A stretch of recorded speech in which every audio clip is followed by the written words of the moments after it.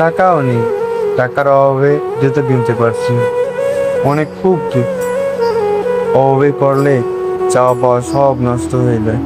জুতোর দোকানের সামনে দিয়ে যাচ্ছি একদিন, জুতার দোকানের ধরে ধরে সাজানো রং বেরঙের কত জুতা, কিন্তু আমার যে অর্থ নেই, আমার যে কেনার সামর্থ্য নেই। হঠাৎ করে চোখ পড়লো একটি লোকের দিকে।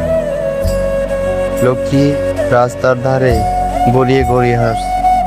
লোকটির দুটো পা নেই, লোকটি খোঁড়া, অথচ আমার একজোড়া জুতা নেই।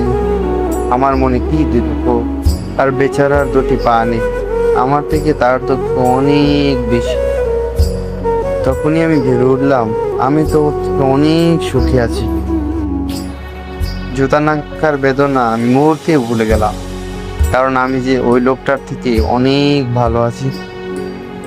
এটাই আসলে দিন শেষে আমাদেরকে যাদের সাথে চলতে হয়, আসলেই যদি আমরা জীবনকে উপভোগ করতে চাই, জীবনের আসল স্বাদটা নিতে চাই, তাহলে আমাদের থেকে যারা নিচু লেভেলের আছে, বা আমাদের থেকে যারা অনেক পর্যায়ে দেখা যায় যে আমরা অনেককে অবহেলা করি, আসলে কাউকে অবহেলা করুন, তাদের সাথে জীবন উদযাপন করা উচিত। তাহলে জীবনের আসল মজাটা পাওয়া যায়।